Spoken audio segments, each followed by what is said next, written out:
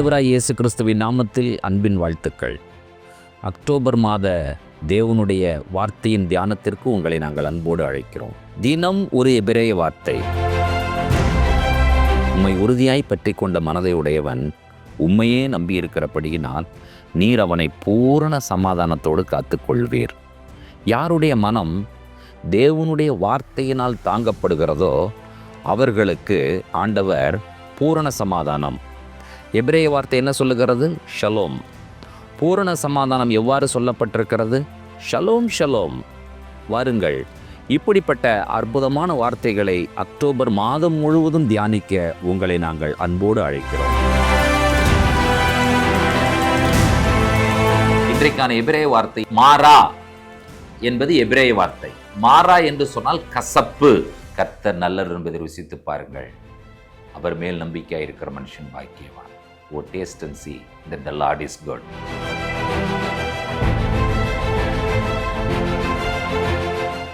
கர்த்தருடைய பரிசுத்த நாமத்திற்கு மகிமை உண்டாவதாக. ஷலோம் என்று சொல்லி உங்களை நாங்கள் வாழ்த்துகிறோம்.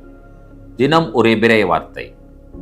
இன்றைக்கான எபிரேய வார்த்தையை நாம் யாத்திராகமம் 15ஆம் அதிகாரம் 23வது வசனத்திலிருந்து கற்றுக்கொள்ள இருக்கிறோம்.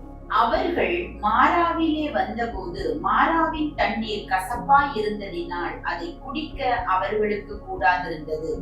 அதனால் அவ்விடத்துக்கு மாரா என்று பெயரிடப்பட்டது. மாரா என்பது எபிரேய வார்த்தை. இந்த வார்த்தைக்கான எழுத்துக்களை நான் உச்சரிக்கிறேன்.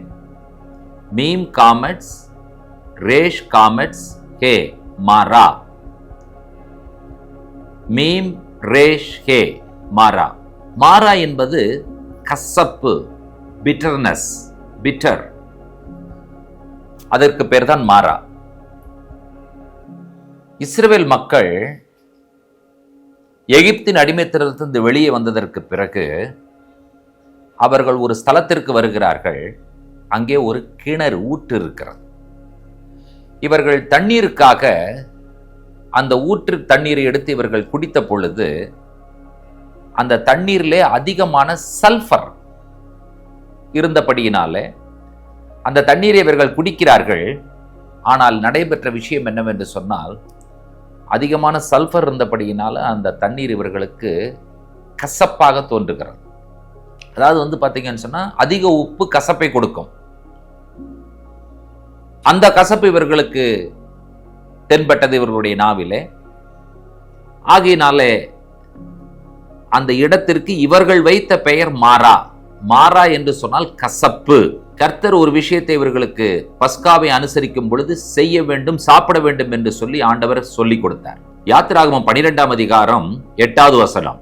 அன்று ராத்திரியிலே அதன் மாம்சத்தை நெருப்பினால் சுட்டு புளிப்பில்லா அப்பத்தோடும் கசப்பான கீரையோடும் அதை புசிக்க கடவர்கள். புளிப்பில்லா அப்பத்தோடும் கசப்பான கீரையோடும் அந்த மாம்சத்தை நெருப்பிலே சுட்டு புசிக்க வேண்டும். பஸ்காவை அனுசரிக்கும் முறை, பஸ்கா உணவை உண்ணும் முறை ஆண்டவர் அவர்களுக்கு கற்றுக் கொடுக்கிறார். புளிப்பில்லா அப்பம், கசப்பான கீரை, மாம்சம் நெருப்பினால் சுடப்பட வேண்டும். கேள்வி என்னவென்று சொன்னால், எதனால் கசப்பான கீரை என்கிற கேள்விக்கான பதில், எகிப்தின் அடிமைத்தனத்தினுடைய கசப்பை இவர்கள் நினைவு கூற வேண்டும் என்பதற்காக. எகிப்தின் அடிமைத்தனம் எப்படி இருந்தது? கசந்த வாழ்க்கை, கசப்பு, இருக்கவே முடியவில்லை. எகிப்து என்பது மிகப்பெரிய ஒரு கொடுமையான அடிமைத்தனம். யூத மக்கள் தலைமுறை தோறும் தங்கள் பஸ்காவை அனுசரிக்க வேண்டும் என்கிற கட்டளையை பிரதானமான கட்டளையாக அவர்கள் ஏற்றுக்கொண்டு இன்று வரை அவர்கள் பஸ்காவை அனுசரித்துக் கொண்டிருக்கிறார்கள். அவர்கள் பஸ்காவை அனுசரிக்கும் அந்த மேஜைக்கு சேடர் என்று பெயர். சேடர் என்ற ஹீப்ரு வேர்டுக்கு ஆர்டர், கிரமம், வரிசை, ஒழுங்கு என்பது பெயர். அப்போ ஒவ்வொன்றாக அவர்கள் செய்யும் பொழுது 15 படிநிலைகளை கொண்ட பஸ்கா மேஜைக்கு இவர்கள் சேடர் என்று பெயர் வைத்திருக்கிறார்கள். அதிலே இவர்களுடைய மேஜையிலே கசப்பான கீரை இருக்கும்.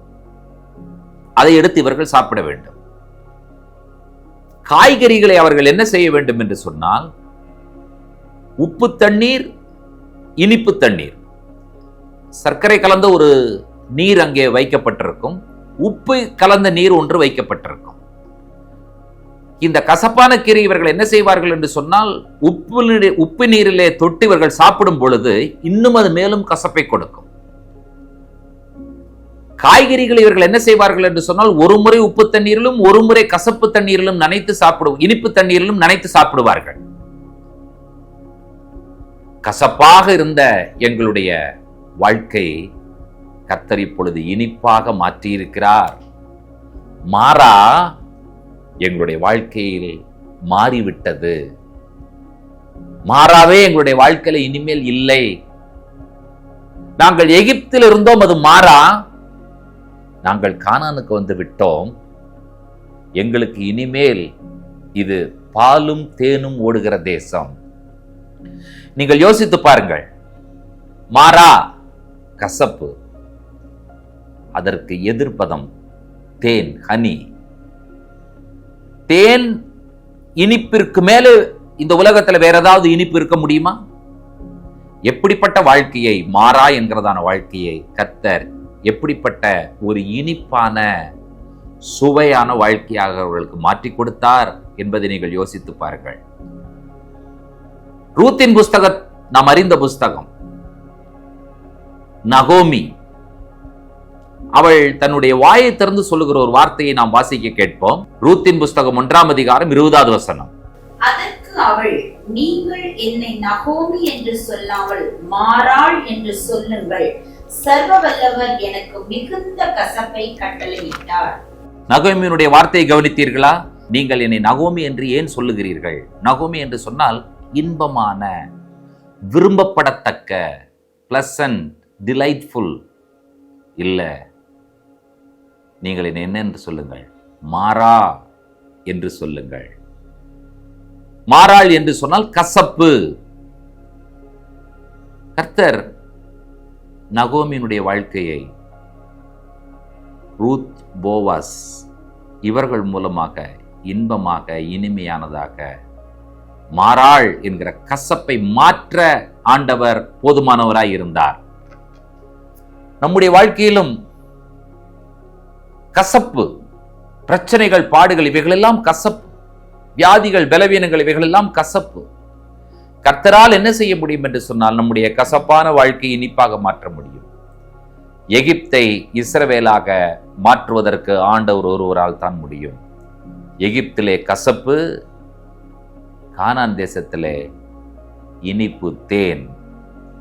கர்த்தர் மாறா என்ற கசப்பான வாழ்க்கையை இனிமையாக மாற்றுவதற்கு போதுமான சர்வவல்லமுள்ள தேவனாய் இருக்கிறபடியினால், இந்த கால வேளையிலே எதெல்லாம் உங்களுடைய வாழ்க்கையில கசப்பாக இருந்து உங்களுடைய வாழ்க்கையை சங்கடப்படுத்துகிறதோ, வேதனைப்படுத்துகிறதோ, ஆண்டவரே என்னுடைய கசப்பான வாழ்க்கையை இனிப்பாக, இனிமையானதாக மாற்றும் என்று சொல்லி நீங்கள் வேண்டுவீர்கள் என்று சொன்னால், நம்முடைய ஜெபத்தை கேட்டு நம்முடைய வாழ்க்கையை, நம்முடைய எல்லாவற்றையும் சுவையாக மாற்றுவதற்கு ஆண்டவர் போதுமானவர்.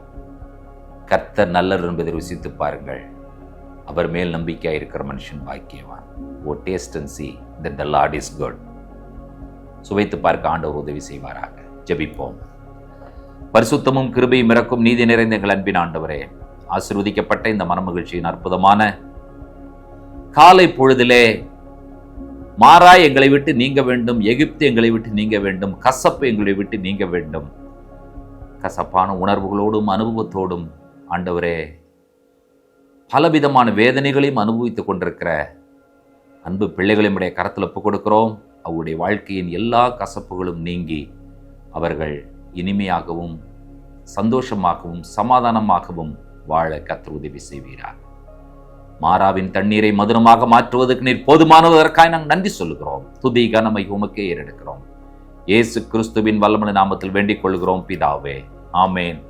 நம்முடைய கர்த்தராகிய இயேசு கிறிஸ்துவின் கிருபையும், பிதாவாகிய தேவனுடைய அன்பும், பரிசுத்த தேவாவியானவருடைய அந்யோன்ய ஐக்கியமும் சிநேகமும் நம் அனைவரோடும் கூட கர்த்தருடைய வருகை பரியந்தம் நீடித்து நிலைத்திருப்பதாக. ஆமேன், ஆமேன். தேவ கிருபையும் சமாதானமும் பெருகுவதாக. ஷலோம்.